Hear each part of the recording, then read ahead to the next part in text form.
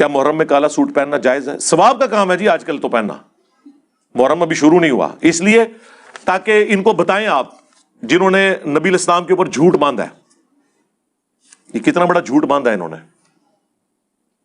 کہ انہوں نے نبی الاسلام کی طرف ایسی باتیں منسوب کی ہیں کہ کالا لباس جہنمیوں کا لباس ہے، حالانکہ کالا لباس نبی الاسلام کا سب سے مرغوب بلکہ کہنا چاہیے محبوب لباس ہے۔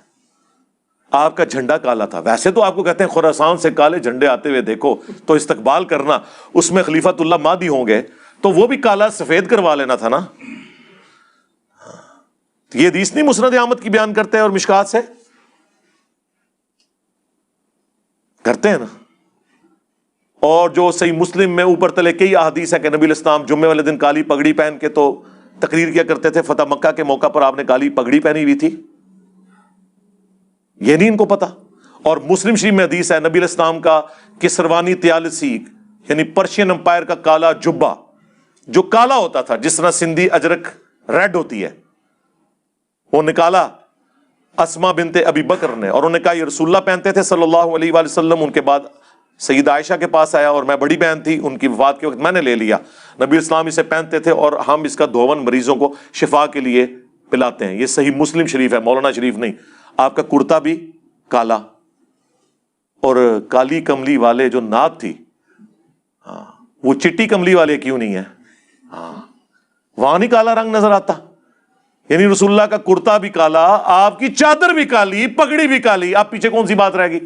وہ صحیح مسلم میں حدیث ہے، ہم عائشہ ہی کہتی ہیں نبی علیہ السلام نے ایک دفعہ کالی چادر اوڑھی ہوئی تھی اپنے سر مبارک پہ، اتنے میں حسن ابن علی آئے، ان کو اپنی چادر کے نیچے لیا، پھر حسین ابن علی، پھر سیدہ فاطمہ، پھر سیدنا علی، اور نبی علیہ السلام نے ان چاروں کو اپنی چادر کے نیچے لیا، اور اما عائشہ یہ منظر دیکھ لی ہیں، اور حضور نے کہا انما یرید اللہ لیذھب عنکم الرجس اہل البیت ویطہرکم تطہیرا، اے نبی کے گھر والو، اللہ تو صرف اتنا ہی چاہتا ہے کہ تم سے ہر طرح کی ناپاکی دور کر دے اور تمہیں خوب صاف ستھرا کر دے۔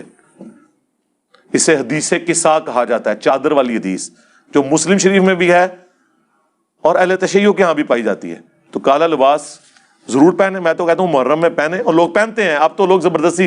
ہمارے پاس ایک بھائی ہے جو پہلے وہابی تھے یعنی اہل حدیث، وہ وہابی مولانا کی مسجد میں لاہور میں وہ جو گلے پھاڑنے والے دو بھائی ہیں نا، ان کے پیچھے وہ جمعہ پڑھتے تھے، تو وہ یہاں آئے، وہ کہتے ہیں میں تو اب جمعے میں پہلی صف میں محرم میں جو ہے نا کالے کپڑے پہن کے بیٹھتا ہوں۔ تو میرے بھائی جب یہ ہوگا تو ان کو تو تکلیف ہوگی، یہ تو ہوگا کہ یار کل تک یہ ہمارے غلام تھے، ہم کوئی غلام ہیں، ہاں اب یہ ہمیں ایبسولوٹلی ناٹ کہہ رہے ہیں، ٹھیک ہے، کل تک تو یہ غلام تھے، آج یہ کالے کپڑے پہن کے ایبسولوٹلی ناٹ کا انہوں نے بیج لگایا ہوا ہے، تو یہ کیسے ہو گیا ہے؟ کس بندے نے ان کو زبان دے دی ہے؟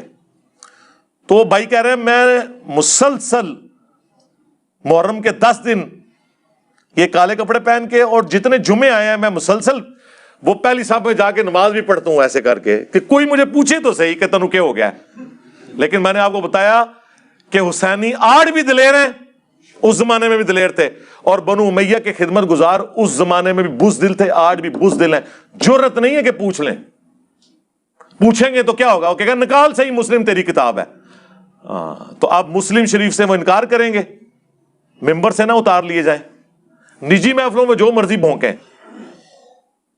وہ میں نے بتایا نا کہ نجی محفلوں میں جو مرضی آپ کہیں، آئندی طور پہ تو پرائم منسٹر سربراہ ہے اس ملک کا، اگر آپ سامنے آگے بولیں گے تو آپ کے خلاف پٹیشن جائے گی سپریم کورٹ میں، چاہے آپ کسی بھی بڑی سے بڑی پوسٹ کے اوپر ہیں کسی ادارے کی۔